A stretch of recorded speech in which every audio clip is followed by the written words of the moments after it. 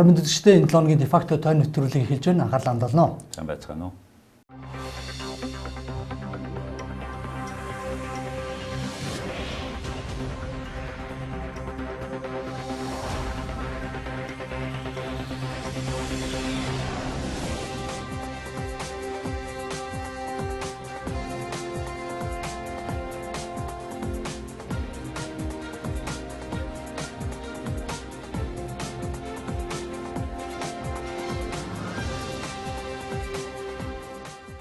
За энэ 7 хоног эдийн засгийн байнгын хорооны хуралдаанаар хууль зүйн байнгын хорооны Эрдэнэ төлбөрийн 49% хувьцааг Mongolian Corporate Corporation худалдан авсан холбогдох асуудлыг шалгаж санал дүгнэлт гаргах үүрэг бүхий ажлын хэсгийн санал дүгнэлтийг хэлэлцсэн. Улмаар Монгол банк нийт 3 удаагийн нууц тушаалаар 360 тэрбум төгрөг худалдаа хөгжлийн банкнд олгосон. 49%-ийн хувьцааг худалдан авсан үйл явц нь Монгол улсын үндсэн хууль, төрийн болон орон нутгийн өмчийн тухай хууль, компани тухай хууль, засгийн газрын тухай хууль зэрэг олон хууль тогтоомжийг зөрчсөн. Худалдан авсан их үүсвэр Эрдэнэ бэлгийн эзэмшлийн гих компаниуд хооронд зээл өгч авалцах байдлаар бүрдсэн. За тиймээс улсын их хурлын дэд дарга нэмдэрж энэ үйл ажиллагааг ингэж дүгнсэн. Энэ худалдаа хөгжлийн банкнууд арайд авах надад хувийн шалтгаан байхгүй. Энэ бүлэглэл Монгол төрийн тулгуудаар гарч олигарх мафтсан засаглалын үйл ажиллагаа явуулаад байгаа учраас би яриад байгаамаа. Хаанч ярина нэг. Чинээнд нь тултал ярина шүү. Хувийн хвшилтыг дэмжих ёстой, хамтарч ажиллах ёстой, айдас дарамтгүй ажиллах ёстой гэдэг дээр санал нэг. Энэний тулд би тэр 2000 онд чинь эрүүгийнхтэй зурлаж ирсэн. 50-10 жил ажилласан намайг байх хугацаанд хулганы хамраас цус гараагүй шүү хувийн хвшилт. Дээрэм тонол хийгээд ирэх юм бол байх ёстой байранд төр тавих ёстой маа. Энийг ойлгоорой. Тэгээ сунгагчд очиж тайлангаа тавиарай таав гэнэ. Одоо та нарын хийх ёстой ажил шүү. Энэ шийдвэр гаргах үүрэг бол хүн болгонд байгаа шүү. Энэ ялсан намын бүлгийн хүн болгонд байгаа шүү. Энийг битгий мартаар. Юу хэлэх гээд байна вэ гэхээр ер нь бол энэ их хурл далдуур асар их эрх мэдлээ тань талынханд энэ мөнгөнийхэнд алдаж байгаа юм байна гэдэг л мэдрэгдсэн. Ёстой ясмахан чингэтэл мэдрэгдсэн. Одоо эргээд энэ зохион байгуулж байгаа дайралтуудыг хар.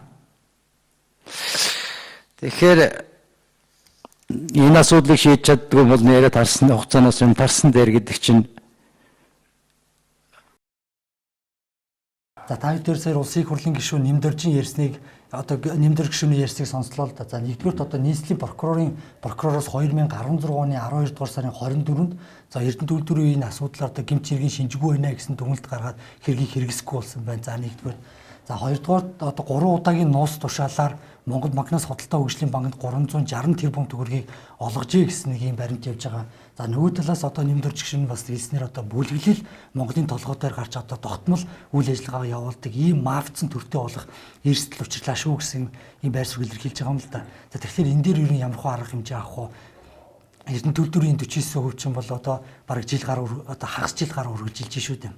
За Эрдэнэтийн асуудлаар энэ яг яаж хийгдсэн бэ, юу болсон бэ гэдгийг арай тодорч шүү дээ. Сая их хурлын тэр байнгын хорооны гаргасан ажлын томилсон ажлын шалгалтын тайлан гарлаа. Шалгалтын хэсгийн тайлан гарлаа. Улсын их хурлын байнгын хороо хилцлээ. Одоо улсын их хурлаар оруулж таарна. Өөр сонголт үгүй. Тэгэхээр энийг тойруулаад тэр жишээ прокурорын шийдвэр гарсан байна тий. Энэ одоо гэмт хэргийн шин чанаргүй. Тэгээ энэ тухай би бас энэ Эрдэнэтийн 49% бол хувийн өмчөө гэж нийтлэл бичсэлээ. Яг нөгөө нэг компани нөгөө компаниас юм худалдаж аваад тэр хууль журмын тухайн үеийнхаа л хууль журмынхаа тэр дараагийнх нь зөвшөөрөлөөр ингээ авцсан байгаа байхгүй. Тэгэхээр асуудал нь энэ ер нь хоёр хэрэг болчиход байгаа.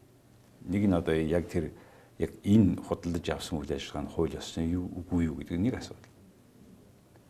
Дараа нь энэ тайлан гарснаас хойш энэ худалдаа хөгжлийн банк буруу юм хийсэн үү үгүй юу гэдэг асуудал гарч. Банкны хаан хууль журмыг зөрчсөн үү гэсэн ийм хоёр хуулийн асуудал гарчаад байна л да. Тэгэхээр одоо энэ хууль журмын хэмжээнд болсон уу үгүй юу гэдэг дээр улсын их хурд яриад энэ дээр шийдвэр гарна. Яг энийхэн дагуу. Банк дотроо Монгол улсын хамгийн том аржааны банк ямар маягаар энэ мөнгө цуглуулсан бэ? Энэ яг хууль ёсны мөн үү биш үү? Тэгэхээр энэ хоёулан дээр нь маш нарийн ажиллагаа явагдахгүй бол нэгнийх нь журмаар нөгөөх нь чи энд мөнгө хулгайлжээ гэж хэлээд буцаад авна гэх юм уу. Эсвэл энэ талд нь улс төрчид оржээ банкн дээр энэ хоёр өөр хууль байгаа юм л. Тэгээ энд одоо Монгол улсын төр засгийн өнөөдрийн байдлах хуулинд нь хариу өгч чадах үгүй юу гэдэг асуудал би гайхаж байна. Ягаад гэвэл би бас нэг юм гажиг ардачил гэдэг нийтлэл бичсэн юм л да. Тэр дотор юм булаагдсан төр гэдэг гарчиг байгаа юм. Өнөөдөр Nikkei Asia Review гэж Азийн нөгөө Nikkei сонины том Азийн сэтгүүлд миний энэ булаагдсан төр гэж нийтлэлийг англи хэлээр хэвлэсэн байна. За энэ нийтлийн гол агуулга юу вэ гэхтээ зэрэг яг Монголын өнөөдрийн байдал би хэлсэн юм л нэг талаас нийгэм баг. Нөгөө талаас төр засаг баг. Энийг холбоодог улс төрийн намууд энэ нийгэмд үйлчлэх гэж төр засгийг байгуулсан байхгүй юу. Тэгээ энийг холбодог юм гүр байхгүй юу. Гэтэл энээсээ тасраад төр засгийг тодорхой хэсэг олигарх группт үйлчлдэг болгоцсон. Тэгээ ингээд төр засгийг олигархууд булаагаад авчлаа гэж Чехийн эрдэмтэн Михаил Клима гэж хүн хэлсэн л дээ.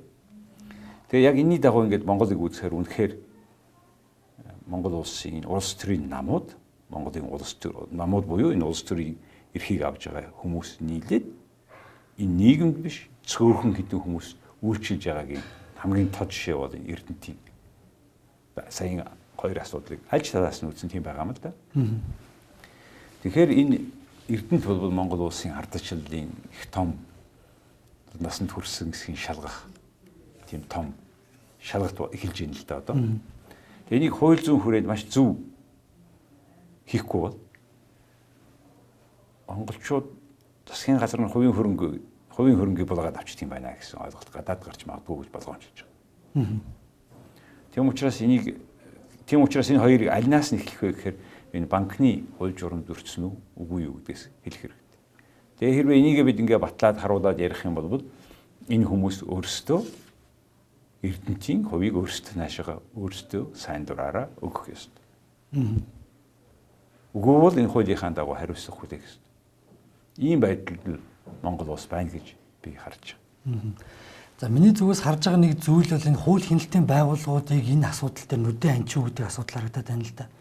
Одоо нийслэлийн прокурорын газраас энэ хэргийг хэрэгсэхгүй болгож байгаад гаргацсан байна. Тэгэхээр манайд энэ шүүх энэ прокурорын энэ хууль хяналтын байгууллагууд чинь хэр бодиттой хараад бус ажиллаж чадж байна гэдэг бас баг зэрэг хэрэгэлзээд өрөөд байна л да. Тэгэхээр өнөөдөр Монгол улсын шүүх бүх засаглалыг чинь улс одоо ерөнхийлөгч голдуу томилоод шүүхүүд ингэ явж шин. Тэгэхээр эргээд буцаж холбоос нь энэ хүмүүс үнэхээр хараад ус байна уу үгүй юу гэдгийг энэ нийгэм чинь анзаарч мэдэхгүй шин. Одоо жишээлбэл ийм шинээс харахад юу болж байна гэж асууж байна тийм үү?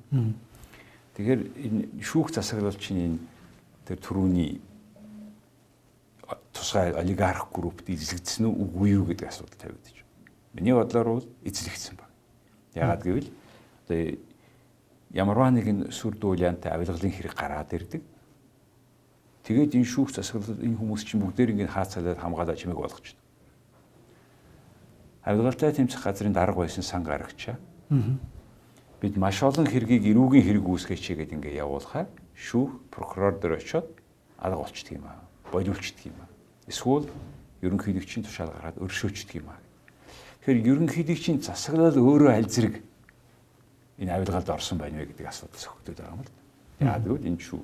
Тэгэхээр ер нь бол энэ улс төрийн намууд ч гэсэн ерөнхийлөгчид дэвших хүнийг гаргадаг шүү дээ. Тэгэхээр энэ улс төрийн намуудын асуудал тэр дотор талд нь байгаа тэр муудсан болохгүй байгаа бүх юм чинь ингээд төр зэсгтээ гарч ирээд эргээд бид нарыг хөрөнгөнд халдаад яг ийм байдалд Монгол улсыг оруулаад байгаа бид харж байгаа. За одоо тэгвэл бүх асуудлыг Монгол Ардын намын 65 гишүүн одоо энэ асуудлыг шийднэ шүү гэдгийг л тогтмол улсын хурлын гишүүн нэмдэрж гишүүн бол сануулж ийн л да. Нэмдэрж гишүүн сануулах бол нэг хэрэг. Энэ чинь зүгээр тохиолдлын хэд биш байхгүй энэ чинь олон жил бэлдсэн энэ олон жилийн бид нарын энэ гажсан ардчлалын чинь үр дүнд төр засгийн чинь цөөхөн хүмүүс булаалгаад эзэлсэн байна гэж хэлж байгаа. Тэгэхээр одоо энэ Монгол Ардын нам төрийн эрх барьж байгаа. Энэ дотор тэнд байхгүй гэсэн баталгаа хааваа. Энэ дотор энэ намын чинь сая 2 жилээс бусдын дандаа хамтарч юм уу дагнаж төрийн эрхийг барьж ирсэн л дээ. Тэгээ энэ нам бол өөрөө энэ дээр яг одоо сая 2 асуудлаар зөв зохистой юу шийдвэр гаргаад явчихна гэж би бодохгүй байна. Яагад энэ хүмүүс өөрсдөө бас тэр олигарх группийн нэг хэсэг. Монгол ардын нам, ардчилсан нам, энэ хоёр нам бол Монгол улсын олигархуудыг бий болгосон хоёр улс төрийн нам.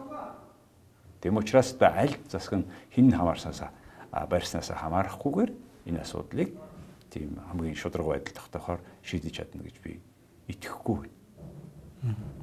За Нямдэрж гишүүний одоо хэлсэн зүйлийг би бас давтаад хэлье л да. За Монгол ардын намын 65 гишүүдэд Монголыг одоо энэ шудраг бус үйл явдлаас суг татах боломж нь байна. Бидний энийг ашиглаж чадах уу гэдгийг байна сануулдаг байгаа юм л да. Боломж байгаа, ашиглаж чадахгүй. Ягаад гэвэл энэ хүмүүсийн за тэр сүүл тохиоллоор сонгогдсон олон хүмүүс байгаа. Тэдний сүрхийдээ биш Монгол ардчилсан намаас зүхтаж нөгөө талын намын өрсөлдөгчдийн санал өгсөн тийм хүмүүс байгаа шүү дээ. Урд нь хүн амьтан сайн мэдээгүй. Тэр нөхдүүд нь харин тохиоллоор гайгүй байж нэг магадгүй. Атонс бусд нь бол ингээ сайхан яриа шийднэ гэж би бодохгүй. Ягаад гэвэл эн чинь өөрөө тэр ер нь ингээл ийм Монгол улсын төр засаг бол маш том авилгалын мөсөн уулын орой. Тэр доотлын тэр асар том авилга бүх газар тарцсан, барьцсан, харилцаад барьцаалтсан, энэ олон жил явцсан энэ юм тийм амархан салахгүй. За Ардсан намын даргын сонгоогоор тус намын бүлгийн дарга улсын их хурлын гишүүн Эрдэнэ Ялалт байгуулж намын даргаар сонгогдсныг аль биесээр зарласан. Энэ сарын 12-нд дуулах Ардсан намын 7 дугаар их хурлаар тамга тэмдэг авнаа. Сонгуулийн өдөр нэр дэвшигч Эрдэнийн багийнхан мөнгө тарааж буй бичлэг интернетээр цацагдсныг тэрээр ийхүү тайлбарлсан юм. Нэгдүгээрт ямар нэгэн мөнгө тараасан нэг ширхэгч үйлдэл байхгүй. Энэ хариуцлагатай хэлье. Тэрийг зохион байгуулсан оюун гэрэл одоо гишүүн асан оюун гэрэл гэдэг бас их хүн болго мэдж байгаа. Тэгэхээр ийм барин 50 ямаар одоо асуудлыг хийх нь бол оновчгүй маа ийм юм руу явдаг. Өнөөдөр би бол нотх баримтын хэмжээнд асуудлыг тавьж байгаа бол нэг өөр.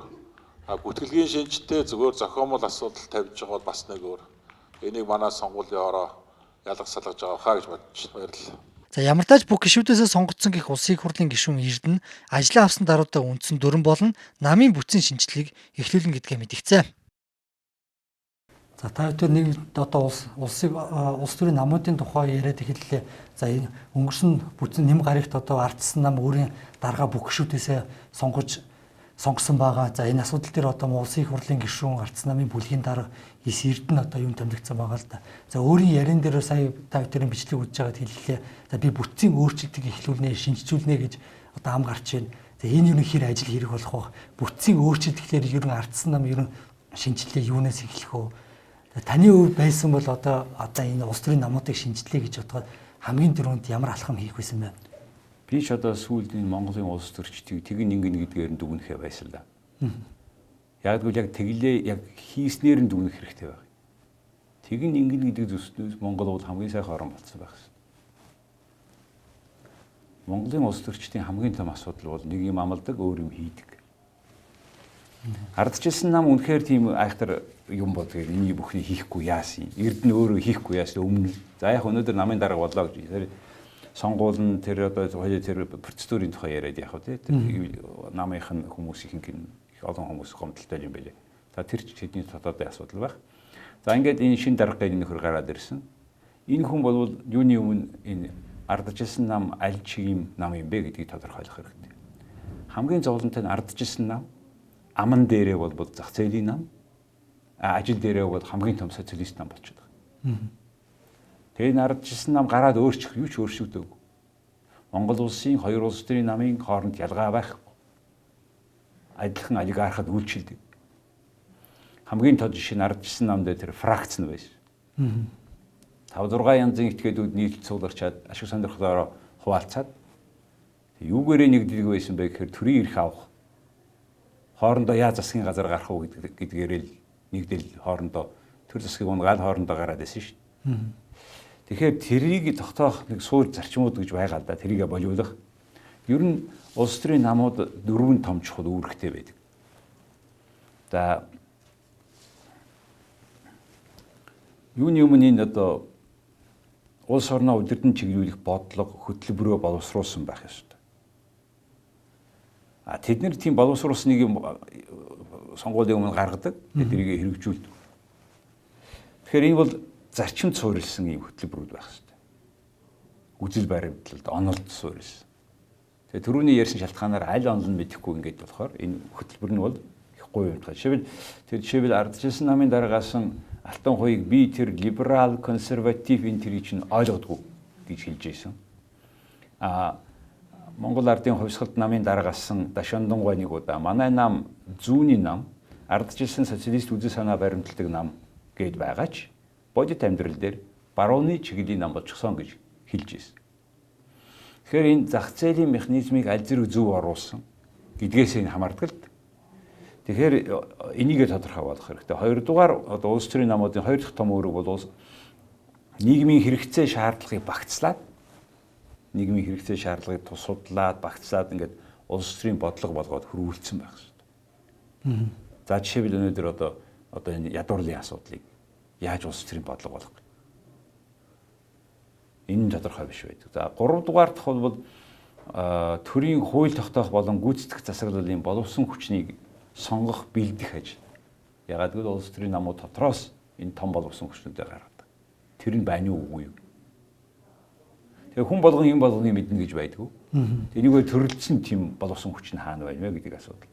Дөрөвдүгээрх нь улс төрийн намуудын үүрэг бол сонгуулийн үр дүнгээс хамаараа төр засгийн эрхийг барина, эсвэл эрх барихгүй тохиолдолд хянах ажил хийх ёстой. Энийг хийх үгүй юу гэдэг энэ асуултууд энэ үүргийнхаа чиглэлээр энэ Эрдэнэ гэдэг хүн ямар шийдвэр гаргах юм. Энэ бүхнийг хийхэд нэг л юм тодорхой байх хэрэгтэй. Мөнгө төгрөг хаанаас авсан тодорхой ил тод тайлгандаг байх хэрэгтэй. Энэ хүн дээр тийм тайлан гарна гэж би ердөөсөө бодохгүй байна. Яг гэвэл энэ түрүүний улс төрийн намуудын одоо ардчилсан намын дарга нар энэ хин тайлангаа гаргана ил тод бол хин ч ярихгүй байл. Яг гэвэл ардчилсан нам дотор байгаа авилгын суур шалтгаан энэ. Энэ тухай юу ярихыг харъя, юу хийхийг харъя. Хэрвээ үнэхээр тийм шударга юм бол саяын сонгуулийнхаа бүх кампанийнхаа зардлыг гаргах хэрэгтэй. Улс төрийн саяын улс төрийн намуудын их хурлын гишүүдийн зардлыг гэх мэтээр ер нь энэ талаар л ардчилсан нам илүү үнэн шударга юм хийн гэж иргэд хүлээдэг шүү дээ. Одоо тэгж чадах уу, үгүй юу өөр асуудал. Та сая дараа улс төрийн намуудын одоо чиг үүргүүдийг та сая дурдлаа дөрвөн үндсэн чиг үүрэгтэй гэдэг. Ихэнх тохиолдолд манай улс төрчид одоо улс төрийн намуудын үүрэг ролийг дутуу ойлгосон байж магадгүй. Ер нь улс төрийн намууд төрийн эрх барихалд цорын ганц зорилготой гэсэн үйлбэр явагддаг шүү дээ. Ер нь төрийн эрхийг улс төрийн намуудад л өгдөг шүү дээ. Тийм учраас тэд төрийн эрхэнд авах зорилготой. Yes, тийм. Гэхдээ зорилго гэж нэг байна. Тэгэхээр үүрэг гэж байгаа улс төрийн намын төрийн эрхэнд авахаас өмнө авсан хойно. Тэгээ сая би тэр дөрвөн үүрэг ба шээ. Энийг хийх ёстой. Ер нь бол улс төрийн нам иргэн төрийг холбосон гүүрэн байх ёстой. Гэтэл өнөөдрийн улс төрийн намууд төрийг иргэнээс нь таслаад зөвхөн бүх үйлчлэгээгээ ил тод бус бизнест олигархад үйлчилдэг ийм мафиозны систем болчлоо гэж энэ юм дорж байгаа чинь хэлээд байгаа нь үнэн шүү. Улс төрийн намуудыг ер нь төрөө санхүүжүүлэх ийм үйл явцыг ер нь төгсгүүл ер нь арай улс төрийн намууд төлөвшөх болцоо нь бий. Олон орны жишээгээс харахад бол улс төрийн намд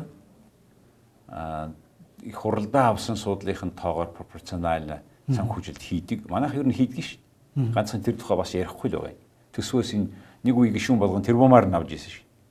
Тэгээд гишүүн болгон тэрбумаар авмагцаа өөрөөсөө засгийн газрын үүрэг гүйцэтгэж эхэлсэн. Тэгэхээр энэ бол тэр биш дээ. Тийм зорилгоор биш. Тэгэхээр юу ч гэсэн бол тэр төргөө бид санхүүжүүлж байгаа. Энийг ил тод болгох хэрэгтэй. Хоёрдугаард нэг хинээсээр авж байгааг энэ ил тод болгох хэрэгтэй. Тэгээ хуулиа сахиулах хэрэгтэй. Тэгэхгүйгээр бид бол энэ улс төрийн намаар төр дээрэмчдийг гаргах ийм коридор нээлттэй байна л гэж хэлж байгаа. За та хоёрын удаах ярих сэдэв бол сая бичлэгээс та хоёр үзлээ. За 3 сарын 21-нд Монгол улс одоо хөгжлийн банкны 580 сая $5 эргүүлэн төлөх учиртай байгаа л да. За өнөөг хүртэл одоо засгийн газраас яг бодиттой санал орж ирсэн юм алга, танилцуулсан юм алга. Яг өөрөөсөө бол хэлж байгаа юм л да 580 сая $5 бол бид эргүүлэн төлнө чадна гэсэн асуудалтай байгаа. За олон улсын валютын сангийнхантаа гэрээ хилцээр хийж явах шиг байна. Инхлээ 580 сая $5 одоо олон улсын валютын сангаас зээлж эргүүлэн төлөх үү гэсэн асуудал байна л да. Тэгэхээр энэ одоо эдийн засагт ямар хэрэг тохио болж чадах вэ? Бид нар энэ мөнгөө ер нь яаж төлөх үү гэдэг дээр бас асуудал байна л да. Түүнээс гадна бас иргэд нэг зүйлийг бас сонирхоод байгаа энэ долларын ханш хэр доктортой байх бол сулрах болов чангарах болов гэсэн юм хүлээлт байгаа юм л да. За энэ дээр нэг ойлголттой болмоор байгаамаа. 580 сая доллар бол Монгол улсын гадаадын зах зээл дээрээс босгосон, засгийн газрын босгосон олон тэрбум долларын хамгийн ихний төлөлт. Тэгээ хамгийн ихний төлөлтөө бол хийхгүй хийж болохгүй. Хийх юм байна. Хийхдээ ахаад зээл авч хийх юм байна. Тэгэхээр энэ юу харуулж байна? Үрийг өрөөр дарж байна. Зээлийг зээлээр дарж байна. Зээлийг зээлээр дарах тусам өртөх нь өндөр болдог. Хөлтэй шүү. Хугацаа тэгээ уг нь болдог. Манайх урт хугацаагаар олоод авч чадахгүй ягаад гэвэл чи зээлийг зээлээр нэг хүнээс авсан зээлээ нөгөө хүнээсээ авч өгөөд байгаа бол чамд итгэл унчиж байгаа. Тэгэхээр чамд урт хугацаагаар өгөхгүй их хэмжээгээр өгөхгүй болчихж байгаа. Тэгээ тэгвэл тулд бид нар ингээл нэг $580 яаж төлөх үү гэдэг дахиад байгаа байхгүй. Яаж төлсөн гэсэн эдийн засгийн ердөөсөө онцгийн өөрчлөлт болохгүй. Мөнгөгүй байсан мөнгөгүй хэвээрээ л өөртөө байсан өөртөө хэвээрээ л байгаа. Тийм учраас яагаад энийг төлж чадаагүй вэ? Энэ мөнгө хаана байна вэ? Энэ мөнгөөр бид юу хийсэн юм бэ? Юм хийж чадаагүй бол яагаад? Тэгвэл хаа вэ? За тэгвэл мөнгө олдгүй бизнес юм руу оруулсан юм уу? Тийм зөндөө хэсэг нь зам барилгад орсон. Зам хэрэгтэй юу хэрэгтэй? Ганцхан замыг ийм богино хугацаатай хувийн зах зээл дээрээс босгосон, чөлөө зах зээлээс босгосон мөнгөөр зам барьдгүй. Хөгжлийн зээл гэдэг 30-40 жилээр авдаг зээл байдаг. Тиймээс авдаг. Тэгвэл энэ хүмүүс яагаад авсан?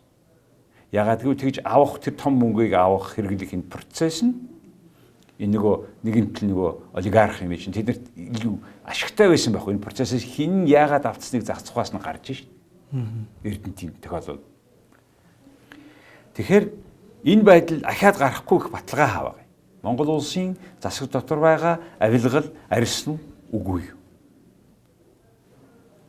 Тэгэхээр энэ асуудлыг шийдээгүй мөртлөө бид нар ахаад хаанаас мөнгө олсон ч гэсэн ахаад бид нар ахаад тийм их мөнгө олчлоо гэж бодъё л дээ эдийн засаг руу.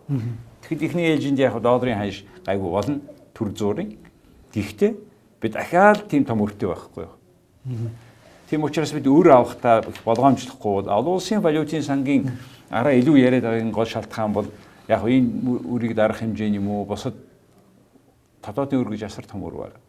Монгол улсын засгийн газрын төсвийн алдагдал гэж учиргүй том юм байна. Юу тэр нөгөө тодоодын бүтээгдэхүүнийхэн төдөн хувь багтаана гэж.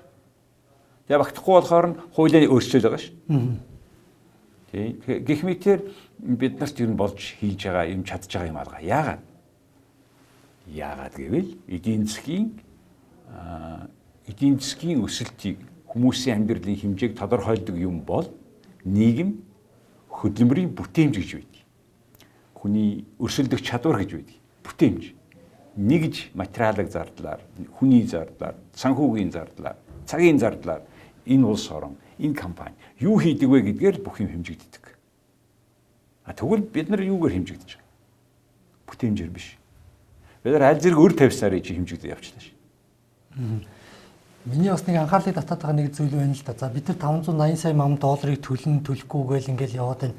Гэтэл одоо цаана худалдаа хөгжлийн банк гэдэг компани Эрдэнэт үйлдвэрийн одоо Эрдэнэт үйлдвэрийн 49% $400 сая худалдаад авчиж байна л да. Тэгэхээр засгийн газар өөрөө иймэрхүү үйл ажиллагаа хийгээд одоо өрөө дарах боломжгүй. Яагаад одоо хувийн хөвшлийг одоо 400 сая төгрөг одоо Монгол банкнаас одоо 360 тэрбум төгрөгийг Монгол банкнаас хэвлэж гаргаж аваад худалдаад авчиж гэж яриад байгаа шүү дээ тийм. Тэгээд авцал байгаа ш. Де факто. Энэ шалгалтын комисс ч худлаа ярихгүй ш. Худлаа ярьж байгаа энэ хүмүүс өөрсдөө шоронд орно ш. Яагаад ингэж болоод байгаа гэдэгт хамаг асуудал байгаа байхгүй. Яагаад гэвэл Монгол улсын төр засаг хитгэн этгээдэд үйлчлээд болоод явчихлаа л гэдгийг хэлж байгаа. Тэгээ энийг энэ ерөнхийлөгч ч гэсэн ер нь их хурлан ч гэсэн хууль зүйн ч гэсэн энийг ингээд шийдэж асууж чадахгүйгээр тийм хэмжээнд харилцсан байв энийг ингээд хамгаалаад явчихлаа ш. Энэ хамгийн асуудал нь гол байгаа. Тэгэхээр ер нь энэ эдийн засгийн бодлогын асуудал, төр засгийн засаглал цэвэр байх ёстой асуудал, энэ авилгыг тассан зогсоох асуудал.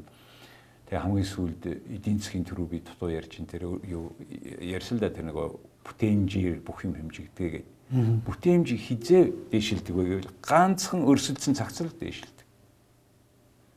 А манайд өрсөлдөх боломж байхгүй. Чи төрийн компанитай өрсөлдөж чадахгүй, яагаад гэвэл мөнгө нь хязгааргүй цаанаас өөрөө авч болдог. Бүх компани өөр тавиал томроод байдаг.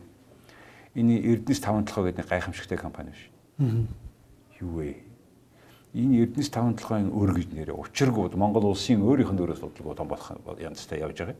Гэтэл болоод байгаа. Тентний хүмүүс ороо гараад яваад байгаа. Төрөний захирлууд нь ороод гараад алга болоод одоо энэ төр болоор хайгаач олдохгүй тэгэл ингээд нэхин хийгээд байгаа. Улс төрийн намууд тэдний удирдлага санаатаагаар хийж байгаа. За та бүхэн нэвтрүүлгийн цагийн түрээд өндөрлж байна. Анхаарлаа хандуулсан үзэгчдэд баярлалаа. Баярлалаа үзэгчдээ.